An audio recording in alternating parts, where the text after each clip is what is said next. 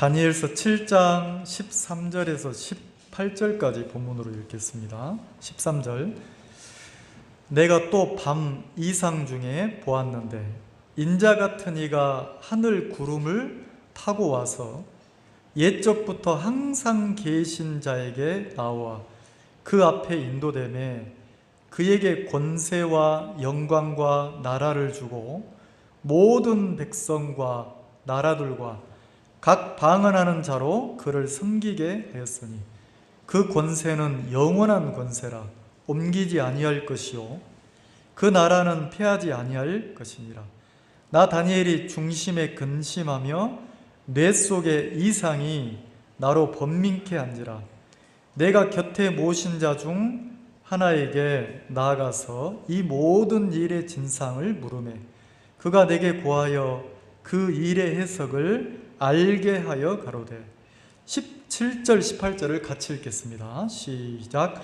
그 내 큰 짐승은 내 왕이라 세상에 일어날 것이로되 지극히 높으신 자의 성도들이 나라를 얻으리니 그 누림이 영원하고 영원하고 영원하리라. 네. 이 다니엘서 7장은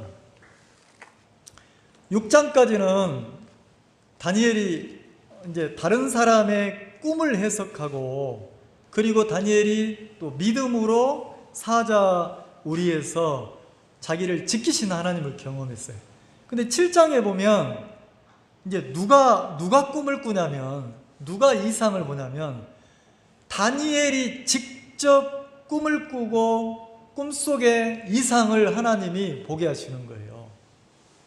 그래서 느부갓네살 왕이 바벨론 제국의 왕이 꿈을 꾸고 그 꿈을 해석하지 못하고 풀지 못해서 막 고민을 했었는데 그 꿈을 다니엘이 풀었단 말이에요. 근데 이제 하나님이 그 벨사살이나 느부갓네살 왕에게 계시를 통해서 보였던 그것을 이 7장에는 다니엘에게 하나님이 직접 이상을 보이시는 거예요. 직접. 그래서 보면 7장 1절에 그러면 어떤 것을 보이셨냐면, 자, 우리는 미래를 모르잖아요. 우리는 앞날을 모르잖아요. 그래서 늘 어떤 걱정을 합니까? 내가 이 땅을 떠나도 내가 죽어도 누가 행복하게 잘 살길 바랍니까? 내 자식이 좀 더 평안하고 내 자식이 더 행복하게 살면 좋겠다. 그런 소망을 막 갖잖아요. 그러면 신앙을 안 하시는 분들은 그냥 막 재산을 물려주고 막 이렇게만 하면 잘 살 것 같은데 전도서에는 그렇게 돼 있어요. 전도서에는 뭐라고 돼 있냐면 많이 물려받는다고 해서 행복하냐? 아니더라는 거죠. 오히려 태어날 때부터 많은 것을 물려받아서 더 마음이 잘못된 타락된 세계로 흘러가는 사람도 많다는 거죠. 그 전도서에서는 뭐라고 말을 하냐면 인생을 살면서 누리게 하심을 얻는 그 사람이 복이라는 거예요. 누리게 하심. 하나님이 행복을 누리게 하고 하나님이 기쁨을 누리게 하고 하나님이 소망을 누리게 하고 부와 귀도 부귀 영화도 누가 누리게 하셔야 된다고 합니까? 하나님이. 이 모든 것이 누구에게서 나오냐면 이것 또한 하나님의 손에서 나는 것이니 그랬어요. 그러면서 하나님 앞에 누리게 하심을 얻는 자가 가장 복된 자다. 심령의 마음의 낙을 누리고 사는 게 행복인데 그것 또한 하나님의 손에서 나는 것이로다. 자, 그러면 하나님을 빼고 인생이 행복할 수 있습니까? 하나님을 빼고 인생이 행복을 누릴 수 있냔 말이에요. 예, 있어요. 어떤 행복? 세상의 행복. 근데 하나님을 빼고 세상에서 아무리 행복하게 살아도 그거는 행복이 아니라는 거예요. 이게 이해가 될지 모르겠는데, 자, 내가 만약에 사업을 시작했다 합시다. 사업을 시작했는데 사업이 너무 잘 됐어요. 언제까지 잘 됐냐면 사업을 시작해서 한 60년 잘 됐어요. 근데 마지막에 60년, 내가 61살까지 살고 죽었는데 60년 되던 해에 쫄딱 망했어. 그러면 성공한 겁니까? 망한 겁니까? 자, 세상의 행복은 세상이 영원할 거라고 생각하니까 세상에서 소유를 많이 가지고 세상에서 내가 부귀영화를 누리면 행복하다고 생각하는데 하나님은 그렇게 안 보시는 거예요. 왜요? 하나님이 창조주시기 때문에 이 세상은 유한하다는 거죠. 무한한 게 아니고 유한하다는 거예요.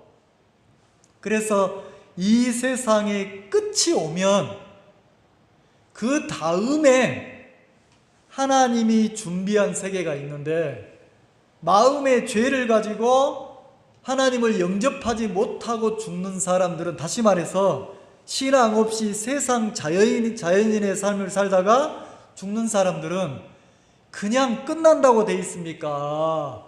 심판을 받는다고 돼 있습니까? 그럼 심판을 받아서 예수님을 구주로 모시지 않고 내가 그냥 하나님을 알지 못하고 죽으면 그 죄를 가진 사람이 심판을 통해서 어떤 세상으로 들어간다고 그래요?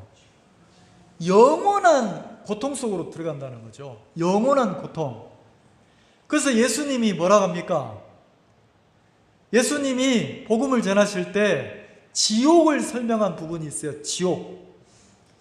그 지옥이라는 단어는 뭐냐면 이 세상의 삶이 끝난 이후에 믿지 않는 자들이 들어가는 곳이에요. 불신자들이 들어가는 곳. 그러면 지옥이라는 곳은 유한합니까? 이제 무한한 세계입니까? 영원한 세계라는 거죠.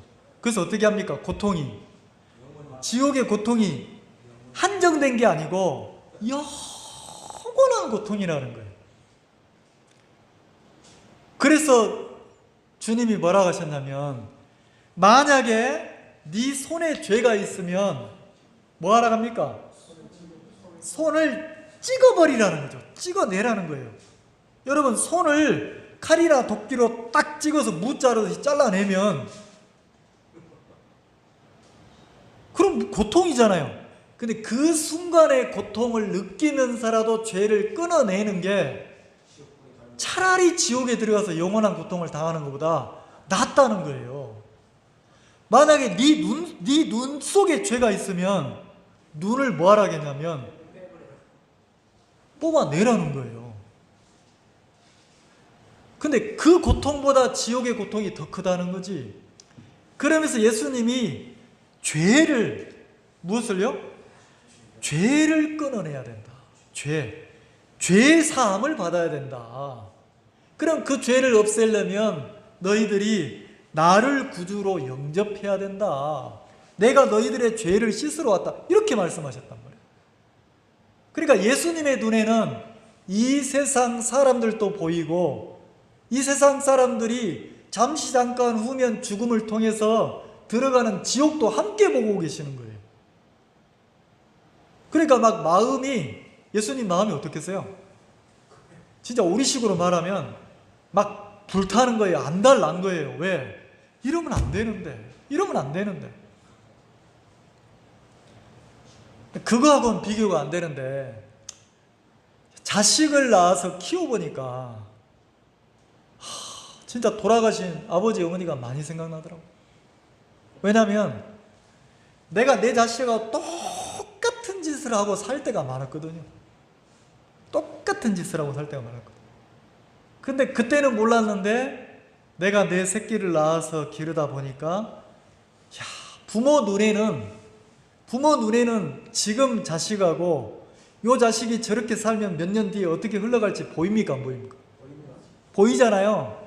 그래서 내 새끼니까 이왕이면 더 좋은 길로 가라고 훈계하고 이야기를 해주면 기가 막히죠. 남들은 내 말을 듣는데 내 새끼는 내 말을 들어야 안 들어요?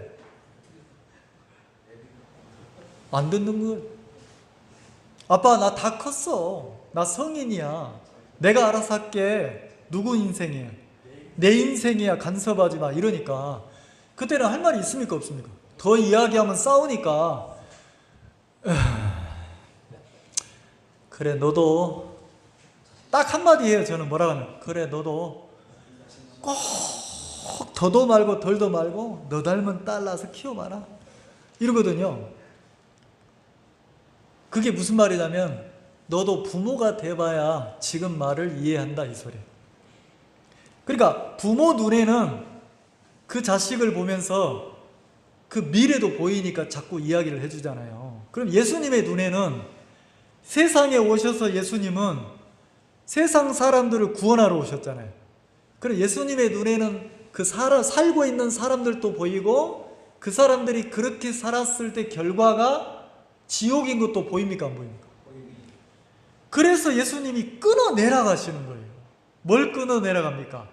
네 손에 죄가 있으면 죄를 끊어내라. 손을 끊어내라. 네 눈에 죄가 있으면 눈을 뽑아내라. 얼마나 간절하겠습니까? 근데 문제는 그 말씀을 듣는 세상을 사는 사람들의 마음에는 그 이야기가 들립니까? 안 들립니까? 안 들리는 거예요. 왜? 눈에 보이는 세상이 전부라고 생각하니까. 그러면 이 다니엘서를 읽어보면 이 다니엘에게 하나님이 세상의 세계를, 어떤 나라의 세계를 보여줬어요. 다니엘에게 꿈과 이상을 통해서 보여줬어요. 어떤 걸 보여줬습니까? 보세요. 바벨론 왕 7장 1절 바벨론 왕 벨사살 원년에 그랬으니까. 자, 6장에는 다리오 왕이 나왔잖아요. 다리오 왕은 바벨론의 왕입니까? 메대의 왕입니까? 네, 페르시아의 왕이란 말이에요. 근데 6장에는 페르시아 왕을 이야기를 했고 7장에 들어서니까 다시 벨사살 왕을 얘기하는 거예요. 그리고 역사가 다니엘이 뭐냐면 요 앞부분으로 들어가야 되는 건데 바벨론 제국 때 벨사살이 왕이 됐을 때 이미 하나님이 다니엘에게 보여줬다는 거죠. 그래서 5장, 7장, 8장이 한 묶음이에요. 5장, 7장, 8장이 같은 시대의 한 묶음이고 그 다음에 6장, 9장, 11장이 이제 페르시아 제국 때 일이란 말이에요. 그래서 여러분 성경을 읽을 때 5장, 7장, 8장이 같은 시대라는 걸 알고 읽으시면 좋고 그리고 6장, 9장, 11장이 같은 시대에 있었던 같은 나라에 있었던 일이구나 이렇게 보시면 돼요. 자, 바벨론 왕 벨사살 원년에 그랬으니까 느부갓네살 왕이 나라 제국을 건설했는데 바벨론 제국을 건설했잖아요. 그리고 이 바벨론 제국이 한 67년 정도 나라가 제국이 유지가 됐어요. 그 중에 느부갓네살 왕이 몇 년을 왕을 했냐면 43년을 왕 노릇했거든요. 43년을. 그리고 나중에 벨사살 때 요 바벨론 제국이 멸망을 했으니까 한 67년이니까 나머지 한 24년은 나머지 왕들이 바벨론 제국의 왕 노릇했단 말이에요. 그 중에 마지막 왕이 벨사살이에요. 근데 이 벨사살이 왕이 된 그 해에 하나님이 다니엘이 그 침상에서 꿈을 꾸며 그랬으니까 잠자고 있을 때 하나님이 꿈속에서 이상으로 다니엘에게 보여준 게 있어요. 뭘 보여줬냐면 그걸 보여주니까 자 보세요. 3절에 2절에 다니엘이 진술하여 가로되 내가 밤에 이상을 보았는데 자 하나님이 다니엘에게 직접 이상을 보여줬죠. 뭘 보여줬습니까? 하늘에 바람 넷이 바람이 눈에 안 보이는 게 바람인데 희한하죠. 얼마나 강하고 큰 바람이 불었는지 바람이 부는 그게 보였나 봐요. 그래서 하늘로부터 크고 강한 바람이 내려왔어요. 몇 개가? 4개가. 근데 이 바람이 하늘로부터 내려오는데 서로 힘자랑을 하는 거예요. 내가 더 힘이 세고 내가 더 강하고 내가 더 능력 있다 이러면서 서로 막 힘자랑을 하면서 하늘에서 4개의 바람이 내려오는데 어디로 그 바람이 들어가냐면 큰 바다로 들어갔다는 거죠. 큰 바다로. 근데 이상하죠. 큰 바다로 4개의 바람이 들어갔는데 그 큰 바다에서 순서대로 올라오더라는 거죠. 순서대로. 바람이 이제 어떤 형상을 가지고 나오는 거예요. 자, 4절. 첫째는 뭐 같다겠습니까? 사자와 같은데, 자, 4개의 바람이 큰 바닷속에 들어갔는데 바다를 지켜보고 있으니까 바닷속에서 사자 같은 게 막 소리를 지르면서 올라오더라는 거예요. 근데 희한하죠? 그 사자가 독수리 날개가 달렸더라는 거지. 사자 몸에. 그래서 첫째는 사자와 같은데 독수리의 날개가 있더니, 자, 사자 등에 뭐가 있다고요? 독수리 날개. 야, 신기하다. 무슨 바다에서 사자가 올라오냐? 야, 근데 또 사자 등에 어떻게 독수리 날개가 달려있냐? 그러니까 이 사자가 어떻게 합니까? 막 하늘을 날아다니는 거예요. 그걸 자세히 보고 있는데 내가 볼 사이에 누가 보고 있습니까? 다니엘이 그걸 자세히 지켜보고 있는데 어떻게 합니까? 그 날개가 뭐 했고? 갑자기 그 날개가 날아가더니 탁 뽑히더란 말이에요. 제가 이제 상상해서 얘기를 하는 거예요.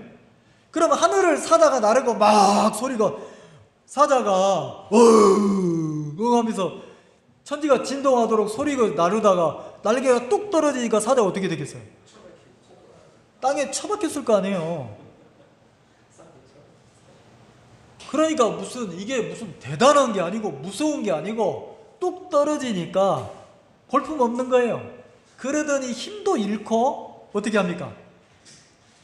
날개를 잃었더니 내가 볼새에 그 날개가 뽑혔고 그 땅에서 들려서 사람처럼 2발로 서게 하미니, 사자가 4발로 뛰어야 더 힘이 있지 2발로 딱 서더란 말이에요. 그리고 뭐라 합니까?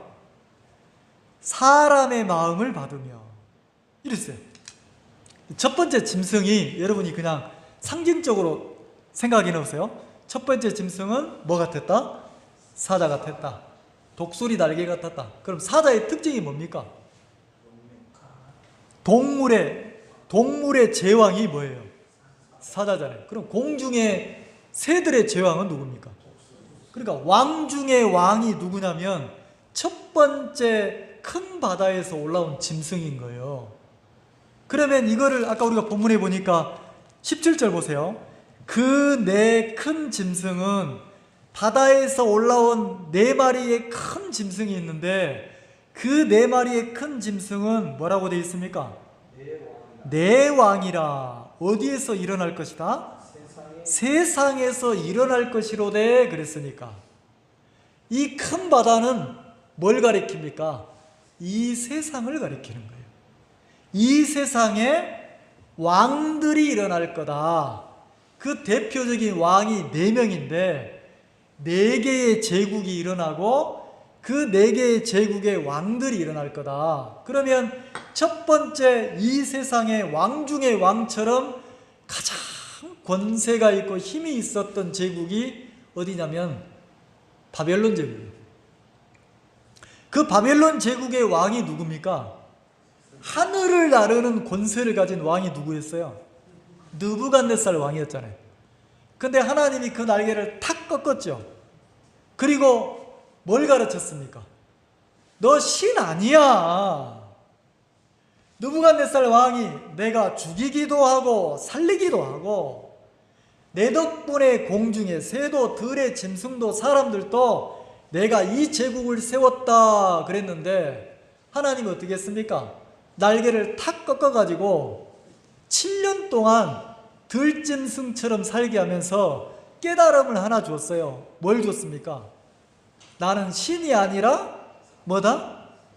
인간이구나. 피조물이구나. 이 모든 것이, 자, 한번 따라서 해보세요. 피조물. 나는 피조물이다.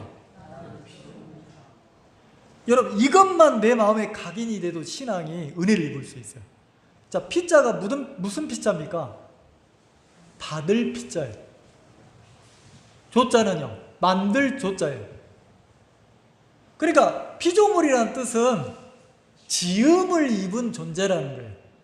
그럼 우리를 지으신 분은 누굽니까? 하나님이죠. 인간은 피조물이라는 거죠. 바벨론 제국의 왕 중의 왕 같은 신 같은 취급을 받았지만 하나님이 볼 때는 뭡니까? 한낱 인간이다. 피조물이다. 누가 세웠다는 거예요? 누가 그 자리를 주었다는 겁니까? 자, 그것을 바벨론 왕 느부갓네살 왕이 깨달았습니까? 안 깨달았습니까? 깨달았어요. 유일하게 제국의 왕 중에서 그걸 깨달았어요. 그래서 그 내용이 기록되어 있더라고요. 근데 두 번째를 봅시다. 자, 5절. 다른 짐승 곧 둘째는 곰 같은데. 자, 두 번째 바다에서 올라온 짐승.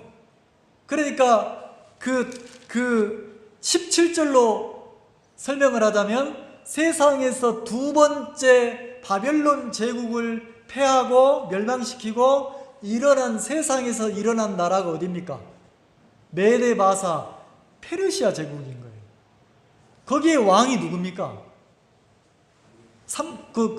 다리우 왕이 치리하다가 그 사이가 됐던 고레스 왕이, 그러니까 페르시아 제국 그러면 고레스 왕을 상징하잖아요. 근데 그 페르시아 제국은 땅덩어리나 군사력이나 이런 게 바벨론 제국보다 훨씬 더 컸단 말이에요. 그래서 그걸 표현할 때 곰이었어요. 곰으로 표현했단 말이에요. 근데 보세요. 곰 같은데 그것이 몸 한편에, 자, 특징이 이 곰이 몸 한쪽을 뭐 했다고 그래요? 들었대요. 그래, 이 나라의 특징은 두 나라의 왕이 합쳐서 요 페르시아 제국을 만든 거예요. 메데와 바사가 합쳐서 이 제국이 만들어졌다는 거지. 자, 그리고 그 입에 뭐가 새 갈빗대를, 이 곰이 뭘 물고 있냐면 갈빗대 큰 세 개를 물고 있는 거예요. 이거는 그냥 참고로 알아두세요. 애굽이나 구스나 스바나 막 이런 나라들을, 그러니까 막 아프리카나 이런 데 다 정복한 그런 내용을 품고 있는 거예요. 그 영토를 더 많이 넓혔다. 그래서 그 다음에 보면 새 갈빗대가 물렸는데 그에게 말하는 자가 있어 이르기를, 그에게, 그 고레스 왕에게, 페르시아 왕에게 누가 말을 하더라는 거지. 뭐라고? 많은 고기를 뭐라고요? 더 먹어라, 더 먹어라. 그러니까 바벨론 제국보다 영토를 더 넓혀라 이랬다는 거죠. 그래서 페르시아 제국은 특징이 두 나라가 한 나라로 합쳐져서 만들어진 제국이고, 그리고 영토가 바벨론 제국보다 훨씬 컸다 안 컸다? 컸다. 근데 왕의 권세나 권위는 느부갓네살 왕이 훨씬 컸다. 첫 번째다. 자, 페르시아 제국이 이제 어디에 멸망을 합니까? 알렉산더 대왕이 나와서, 그 빌립의 아들인 알렉산더 대왕이 나와서 어떻게 합니까? 이 페르시아 제국을 완전히 멸망시키잖아요. 그럼 알렉산더의 특징이 뭐예요? 알렉산더가 20살 때 왕이 됐거든요. 20살 때 왕이 돼가지고 2년 만에 그 소아시아 지역을, 완전히 마게도니아 지역을 다 점령했어요. 그리고 10년 안에, 왕이 된 지 10년 안에, 그 20살 때 왕 돼서 10년 됐으니까 몇 살입니까? 30살 되던 해에 10년 안에 요 곰의 나라 제국이었던 페르시아 제국을 영토를 다 차지했어요. 그리고 그 33살에 죽었는데 말라리아 걸려서 어떻게 죽었습니까? 고열로 앓다가 죽었거든요. 근데 이 알렉산더 대왕이 뭐라겠습니까? 자기가 32살 때 그 책자를 읽어보면 뭐라고 되어 있어요? 이 왕이 막 진짜 막 그 눈물을 펑펑 흘고 울었다는 얘기가 나와요. 왕이 왜 울었냐면 막 억울해서 고통스러워서 운 게 아니고 더 정복할 나라가 없어서 울었대요. 그 책에 읽어보면 32살에 더 정복할 나라가 없어서 울었다는 거죠. 그러니까 대단하잖아요. 그리고 10년 안에 그 어떤 제국을 정복해가지고 다스리고 이런다는 게 쉽지 않잖아요. 알렉산더 대왕이 이제 아시아 쪽으로 넘어오려고, 그래서 히말라야 산맥을 넘으려고 인도를 막 넘으려고 하다가 이제 너무 전쟁에 지쳐가지고 백성들이 전쟁에 지쳐가지고 포기를 한 거거든요. 그러다가 말라리아 걸려서 죽었어요. 그래서 그 세 번째 바다에서 세 번째 올라온 짐승은 이제 알렉산더의 헬라 제국을 말하는 거예요. 헬라 제국. 거기를 보면 6절 보세요. 그 후에 내가 또 본즉 무슨 짐승이? 다른 짐승 곧 뭐 같다겠습니까? 표범과 같은 것이 있는데 그 등에는 새의 날개 넷이 있더라. 자, 표범이 있는데 표범 등에 날개가 몇 개 있다고요? 4개가 있는 거예요. 자, 그럼 표범의 특징이 뭡니까? 동물 중에 표범의 특징은 뭐냐면 속도예요. 속도. 자, 표범이 달리면 최고 속도가 시속 몇 킬로가 나오겠어요? 자, 화영대 몇 킬로나 나오겠어요? 80킬로. 야행제는 몇 킬로 나오겠어요? 110킬로가 나온대요. 모르겠어요. 120킬로 나올지 모르겠는데 내가 검색을 해보니까 110킬로가 나오더라고요. 그러니까 표범하면 빠른 걸 상징하는 거예요. 빠른 거. 옛날 CF에 표범이 막 달리면서 이런 CF가 있잖아요. 그러니까 이 헬라 제국 특징은 강하고 빨라요. 그래서 나중에 죽을 때 33살에 죽어버리잖아요. 근데 이 헬라 제국의 특징이 이 빠른 표범의 등에 새의 날개가 있대요. 그러니까 이 날개는 군사력을 가르치는데 이 알렉산더 대왕에게 뜻과 마음을 같이 하는 4명이 있었어요. 4명. 그래서 군대를 가지고 알렉산더 이 대왕의 마음과 뜻을 같이 해서 정복하는데 10년 안에 페르시아 제국을 다 점령할 수 있고 이렇게 할 수 있도록 마음을 같이 해주는 신하가 4명이 있었다는 거죠. 아까 어떤 정신이 간증하면서 내 인생 내가 얼마까지 살지 모르겠는데 내가 복음 앞에 힘있게 한번 살아보고 죽고 싶다 이렇게 간증하시대요. 자, 그러면 자, 우리가 복음으로 이 김해 땅을 뒤집어 엎을 때 몇 명 필요할까요? 네? 몇 명 필요할까요? 형제님 복음 앞에 살고 싶다는데 알렉산더 대왕은 4명 데리고 엎었다니까. 자, 우리는 몇 명 필요할까요? 내가 볼 때 더 필요도 없어요. 지금 있는 요 형제님들 우리끼리만 같은 마음과 같은 뜻이 돼서 어떤 환난이나 어려움이 와도 딱 목표가 복음만 돼가지고 내가 이 교회가 내 교회인데 복음 한번 미친듯이 전해보자 이러면 못 없겠어요? 나는 다 뒤집어 엎을 수 있다고 생각하거든요. 복음으로. 내가 늘 기도하는 게 그 기도거든요. 하나님, 같이 마음을 같이 해서 복음으로 이 세상을 한번 뒤집어 엎을 형제들 좀 붙여주십시오. 복음을 사랑하는 형제들 한번 붙여주십시오. 그냥 막 왔다가 뜻에 안 맞으면 가버리고 막 난리 이런 사람 말고 복음에 미쳐가지고 같은 그 복음 앞에 막 이래서 앞뒤 안 돌아보고 복음을 전할 수 있는 형제를 붙여주십시오. 그러면 더도 말고 우리도 몇 사람은 서너 사람만 있으면 자, 예를 들어서 우리 야행자님이 이 교회가 누구 교회? 누구 교회가 되면 아니 야행자님 교회가 되면 누가 사역자야? 야행자가 사역자면 그러면 한 사람 한 사람 이 교회 성도들이 내 성도라고 생각하면 누가 섬기겠습니까? 내 교회처럼 누가 살피겠습니까? 성도들을 위해서 누가 기도하겠습니까? 이게 이해가 안 가시는구나. 자, 우리 김영재님이 간증했듯이 복음을 위해 살아야지 하고 막 머리로만 하지 말고 하나님의 복음 앞에 살아 이 교회를 주었잖아요. 그럼 이 교회의 인도자가 누구라고 생각하면 돼요? 이 교회의 책임자가 누구야? 이 말 이해가세요?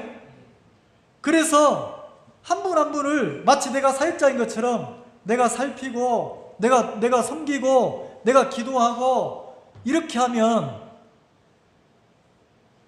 자, 그러면 오형제님 계시고 화형제님 계시고, 자, 요 네 형제님이 4명만 딱 이렇게 해서 교회를 살피면 이 교회가 어떻게 될까요? 지지고 볶고 싸우고 망하겠습니까? 한 달 한 달이 달라져도 교회가 달라지겠습니까? 이 말 이해가시죠? 근데 마귀는 그걸 원해요, 안 원해요? 마귀는 생명의 복음이 있는 교회가 성장하기를 바라지 않는 거예요. 그래서 어떻게 합니까? 다 쪼개놓는 거예요. 다 따로따로. 혼자 있으면 귀한데 뭉쳐지지 못하게 하는 거예요. 그래서 내 뜻에 안 맞으면, 내 생각에 안 맞으면, 내 기준에 안 맞으면 뭐라도, 교회라도 버립니까, 안 버립니까? 버리도록 만드는 거예요. 그럼 누가 좋아요? 마귀가. 자, 그러면 세상의 왕인데 헬라 제국의 왕이었던 알렉산더 대왕 곁에는 누가 있었냐면 새의 날개 4이 있었다는 거예요. 군대를 가지고 있는 장수가 알렉산더 대왕과 뜻과 마음을 같이 해서 힘을 딱 합쳐줬다는 거죠. 그리고 페르시아 제국을 정복할 때 같은 마음과 같은 뜻으로 확 엎어붙다는 거예요. 그럼 저는 이제 그런 생각도 해보는 거예요. 야, 하나님이 우리 교회도 이런 형제자매들을 많이 일으켜주겠구나. 그래서 어떻게 우리 가족들이 구원받는 일에, 우리 주변의 사람들의 생명이 구원받는 일에 이 교회를 쓰고 우리를 쓰시겠구나, 이런 소망이 드는 거예요. 자, 근데 이 헬라 제국의 특징이 또 하나 있어요. 그 짐승에게 또 그랬어요. 이 헬라 제국이 망할 때 또 뭐가 넷이 있습니까? 머리가 넷이 있다. 머리는 왕을 가리킨다 했잖아요, 아까. 그러면 이 헬라 제국에서 알렉산더 대왕이 죽고 나서 누가 나옵니까? 4개로 나라가 쪼개지는 거예요. 신하들이 4명이 나라를 쪼개먹는 거예요. 4왕이 일어난다는 거죠. 그래서 권세를 받았는데 이제 힘이 없는 거죠. 자, 그 다음에 보세요. 7절 같이 한번 읽읍시다. 시작. 내가 밤 이상 가운데 그 다음에 본 넷째 짐승은 무섭고 놀라우며 또 극히 강하며 또 큰 철 이가 있어서 먹고 부서뜨리고 그 나머지를 발로 밟았으며 이 짐승은 전에 모든 짐승과 다르고 또 10뿔이 있으므로. 자, 4번째 짐승은, 바다에서 올라온 짐승은 왕이라고 표현했잖아요. 왕인데 이 왕은 어떤 특정한 짐승의 형상을 갖고 있는 게 아니고 이제 이 짐승에 대해서 보고 느낌을 얘기하는 거예요. 이 짐승은 뭐하고? 강하고 무섭고 크고, 이 짐승은 막 철로 돼 있는데 다 부서뜨리고 다 밟아버리고. 그럼 이 나라가 어떤 나라냐면 로마 제국이에요. 로마 제국 때 강하잖아요. 로마는 법과 길인데 강하잖아요. 법을 어기면 죽이고 자기에게 속하지 않으면 다 짓밟고. 자, 그러면 바벨론 제국이 일어났을 때 바벨론 제국에 속해 있던 사람들은 세상이 끝날 거라고 생각했습니까? 바벨론 제국만큼은 영원할 거라고 생각했습니까? 생각했죠? 근데 그 시대에 다니엘에게 하나님이 보여줬어요. 야, 네가 살고 있는 바벨론 제국 영원하지 않다. 잠깐 후면 끝난다, 망한다. 그리고 새로운 나라가 일어난다. 어떤 나라가? 곰의 나라가. 두 왕이 힘을 합쳐서 바벨론 제국을 칠 것이다. 페르시아 제국이 일어날 거다. 근데 그 페르시아 제국도 영원할 것처럼 보이는데 그 나라도 잠시 후에 뭐한다? 멸망한다. 그럼 그 제국이 멸망하고 나면 표범처럼 아주 빠른 나라, 그리고 지식이나 철학이 너무너무 발전한 시대가 헬라 제국 시대잖아요. 그리고 알렉산더 대왕이 누구 제자입니까? 아리스토텔레스 제자잖아요. 그래서 그 헬라 제국 때 무슨 언어가 발달했어요? 헬라어가. 성경이 뭘로 쓰여졌어요? 헬라어로. 근데 그 제국도 영원할 것처럼 보이는데 어떻게 합니까? 더 강하고 철 이빨을 가진 나라가 다 부서뜨리고 다 짓밟고 그런 나라가 만들어진다는 거죠. 그러면 그 로마 제국도 그렇게 망하는 거예요. 그 다음 이 로마 제국의 특징이 이 짐승에게 뿔이 몇 개다고요? 10뿔. 뿔은 왕을 상징하는데 이제 제국 시대가 끝나고 열왕 시대가 열리는 거예요. 열왕이라는 10개 나라의 왕이 아니고 각국, 각 나라 시대가 열린다는 거죠. 각국 시대가. 자, 그럼 지금은 로마 제국이 끝나고 이제 각 나라 시대가 됐습니까? 안 됐습니까? 우리나라는 무슨 나라예요? 예, 대한민국. 자, 우리 밑에는 뭐가 있어요? 일본, 중국, 전부 다 각 세계가 이제 각 나라 자주국이 됐죠. 근데 그 다음에 뭐라고 되어 있습니까? 자, 보세요. 8절 같이 읽읍시다. 시작. 내가 그 뿔을 유심히 보는 중에. 자, 이게 다니엘이 2600년 전에 다니엘이 이런 지금 나라가 있지도 않는데 자기는 바벨론 제국에 살고 있는데 누가 이런 세상의 흐름을 보여줍니까? 지금 하나님이. 그 또 자세히 보고 있는데, 뿔을 보고 있는데 어떻게 합니까? 내가 유심히 보는 중 다른 작은 뿔이 그 사이에서 뭐 한다고요? 자주국가 시대에서 어느 날 뿔 하나가 딱, 왕 하나가 딱 나오더니 뭐라고 그래요? 내가 이 세상의 진정한 왕이다.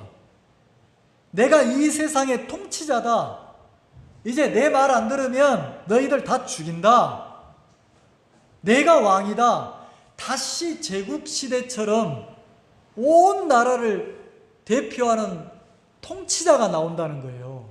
누굽니까? 이 왕의 특징은 뭐가 있어요? 눈이 있어요. 눈. 사람의 눈 같은 눈이 있고, 그 다음에 뭐가 있어요? 큰 말을 하는 입이 있어요. 그러면 이 눈의 역할, 눈의 특징이 뭡니까? 보는 거잖아요. 그러니까 감시하고 뭐 한다는 겁니까? 통제하는 왕이라는 거죠. 그러면 열왕 시대가 지나면 이제 어떤 나라가 일어납니까? 적그리스도의 시대가, 적그리스도가 왕노로 일어나서 그 시대에는 어떻게 합니까?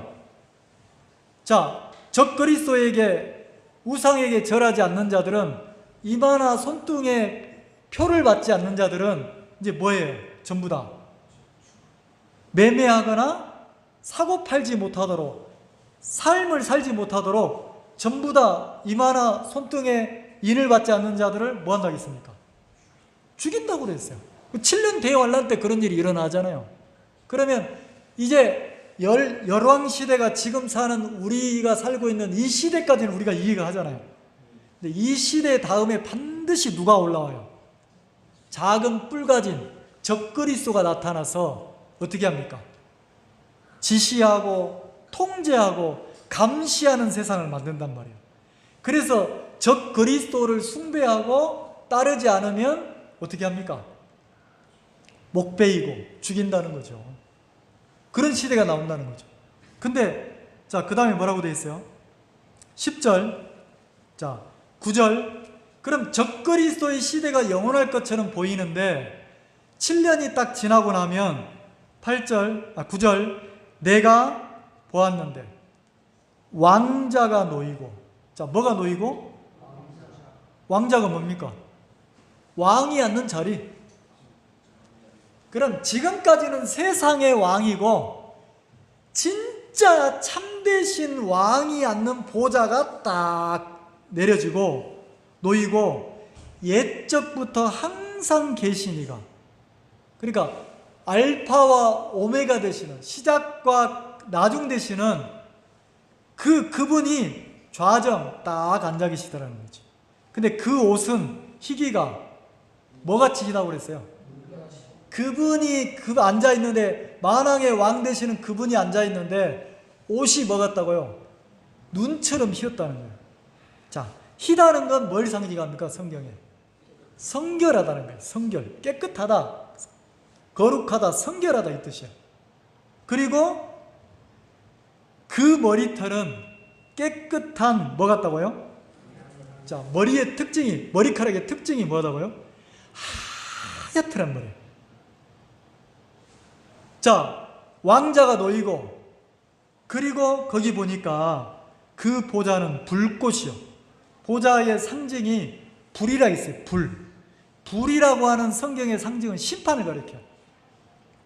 그럼 그 보좌에 앉아서 심판하시는 왕이라는 거죠. 세상을 심판하는 왕이 왕자에 딱 앉아 계신다는 거예요. 근데 옷이 거룩하고 성결하고 머리카락은요 희다고 되어 있으니까, 이 재판관의 흰 머리는 뭘 상징하냐면 공의를 가리키는 거예요. 공의로우신 재판관 되시는 하나님을 가리킨다는 거죠. 그러면 이 세상은 어떤 대상입니까? 공의로운 심판관 되시는 하나님 앞에 심판을 받아야 될 대상이라는 거죠. 이 세상은 영원한 세상이 아니고 심판받아야 될 대상이라는 거예요. 그럼 그분이 앉아서 심판을 하신다는 거죠. 자, 10절에는 그 공의로운 재판관 되시는 하나님을 표현해 놨어요. 불이 강처럼 흘러 그 앞에서 나오며, 그러니까 하나님이 세상을 심판한다. 그리고 그에게 수종 두는 자는 천천히요, 그 앞에서 시위하는 자는 만만이며, 심판을 베푸는데 뭐가 펴져 있어요? 책들이 펴져 있고. 그러니까 이 공의로운 재판관 되시는 하나님은 세상 사람들을 심판할 때 그냥 심판하는 게 아니고 백보자 심판대에 딱 앉아서 책들을 다 펴놓고 모든 사람이, 그때는 천년왕국이 지나면 이 땅에 왔던 모든 사람이 다 신령한 육신을 입고 부활해요. 근데 죄를 가지고 있는 사람은 영원히 사는 몸을 입고 부활해서 행위대로 심판을 받아서 어디에 들어갑니까? 지옥불에서. 지옥불에 들어가면 그 신령한 몸을, 영원히 죽지 않는 몸으로 부활했으니까 몸으로 고통을 당해야 한다니. 당한단 말이에요. 이 말 이해가시죠? 그렇게 심판하시는 분이라는 거죠. 그러면 다니엘에게 이걸 보여준 것처럼, 자, 그리고 이걸 보여주고 나서 하나님이 뭐라고 명령했습니까? 7장 1절 한번 읽어봅시다. 시작. 바벨론 왕 벨사살 원년에 다니엘이 그 침상에서 꿈을 꾸며 뇌 속으로 이상을 받고 그 꿈을 기록하며, 하나님이 꿈을 꾸게 하고 다니엘로 하여금 뭐 하겠어요? 기록하게 만들었어요. 그리고 그 일의 대략을 뭐 하게 만들었어요? 야, 이 기록한 내용은 이런 거야, 이런 내용이야.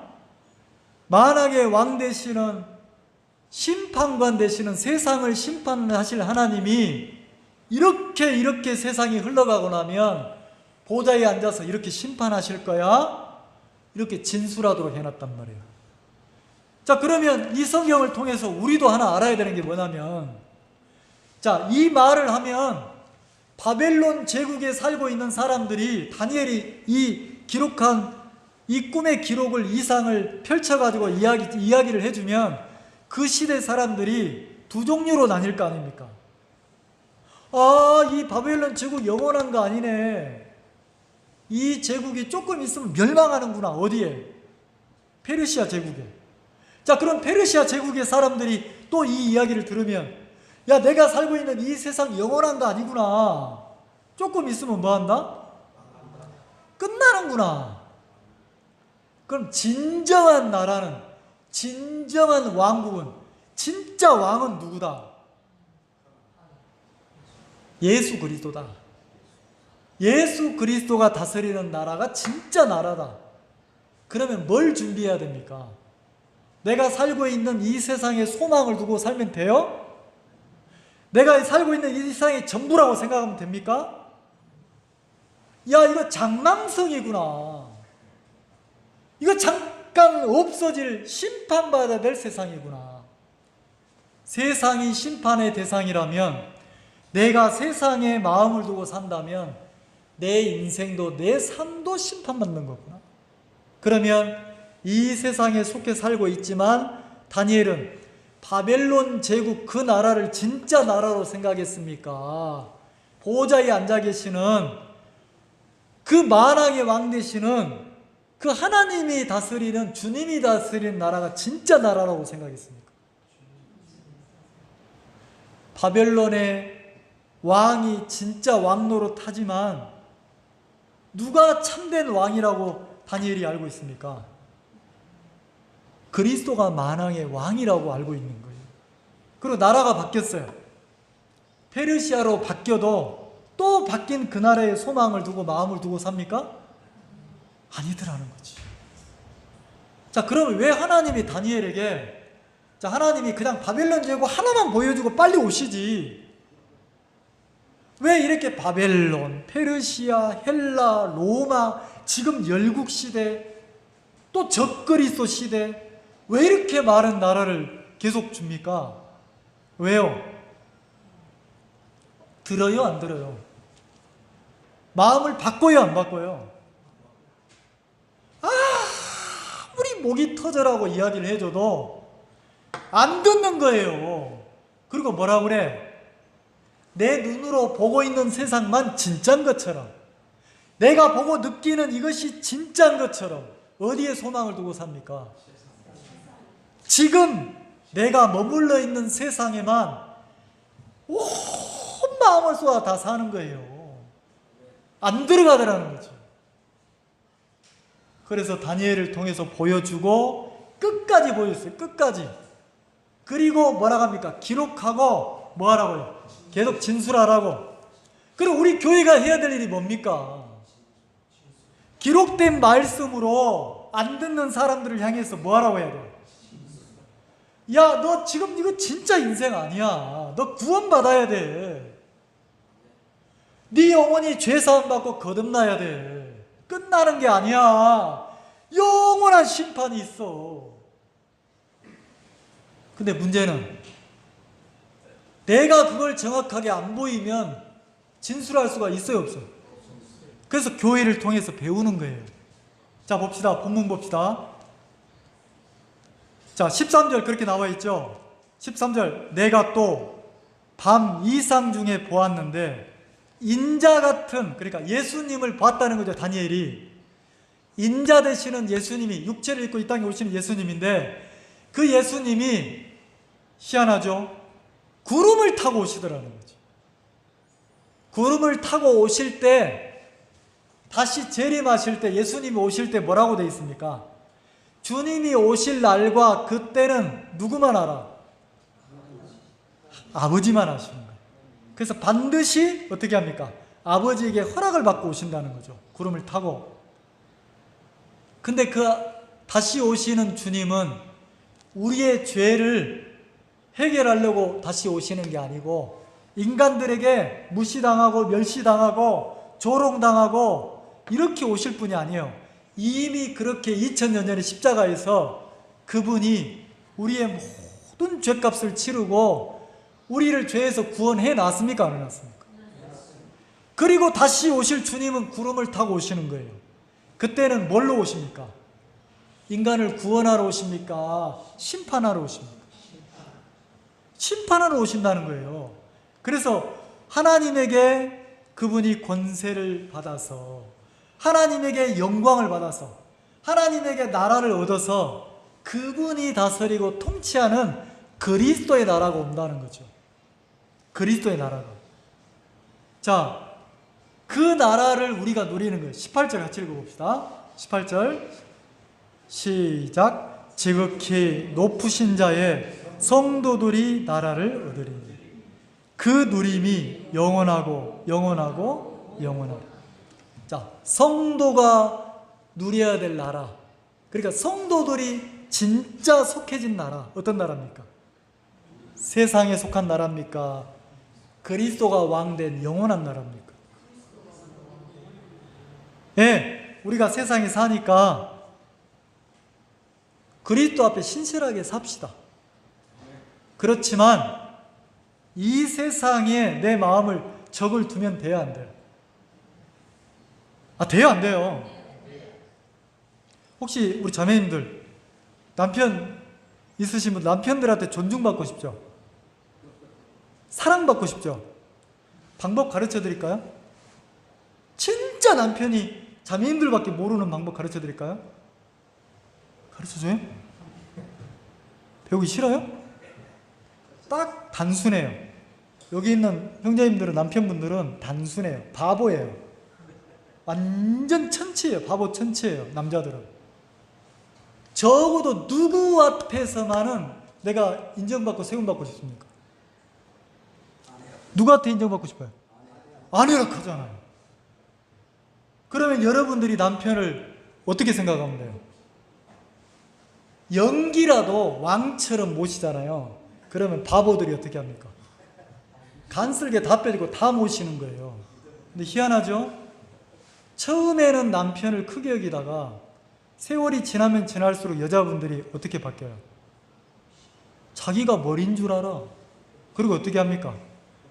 앞에서 뭐라 하면 남편들이 지랄지랄 하니까 전부 다 어디서 여겨요? 뒤에서, 속에서. 그리고 남편으로 여겨야 안 여겨요? 언제 진짜 남편으로 여긴 줄 아세요? 죽고 나면. 남편 죽고 나잖아요? 그때 잘해줄 거, 이때 잘해줄 거. 근데 또 살아나봐요. 또 무시한다니까. 진짜 내 남편을 내가 크게 여기잖아요. 어떤 남자라도 그 아내를 사랑하게 돼 있어요. 근데 희한하죠? 다른 모든 남자들은 함부로 안 하는데 자기 남편은 개떡같이 아는 거예요. 그러니까 남편들이 아내한테 마음이 갑니까, 안 갑니까? 안 간다니까. 그럼 똑같아요. 우리 마음의 진짜 왕은, 내가 그리스도인이라면 진짜 왕이 누가 돼야 됩니까?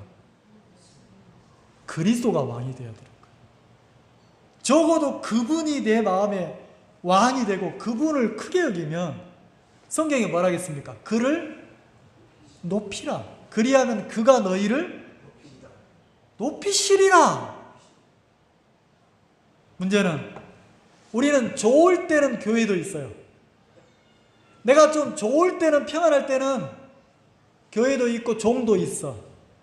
근데 내가 어려울 때, 내가 힘들어지면, 내가 어려워지면 교회도 버리고 종도 버려야 합니다. 그 자리에 누가 딱 씁니까? 내가 머리가 돼 있는 거예요. 이 말 이해가세요? 여러분이 좋을 때는 실은 교회가 없어도 잘 지낼 수 있어요. 근데 교회가 있어야 좋은 거지만, 여러분 교회가 언제 필요한지 아세요? 진짜 여러분이 어려울 때 교회가 필요한 거예요. 내가 진짜 어려울 때 누가 필요한지 아세요?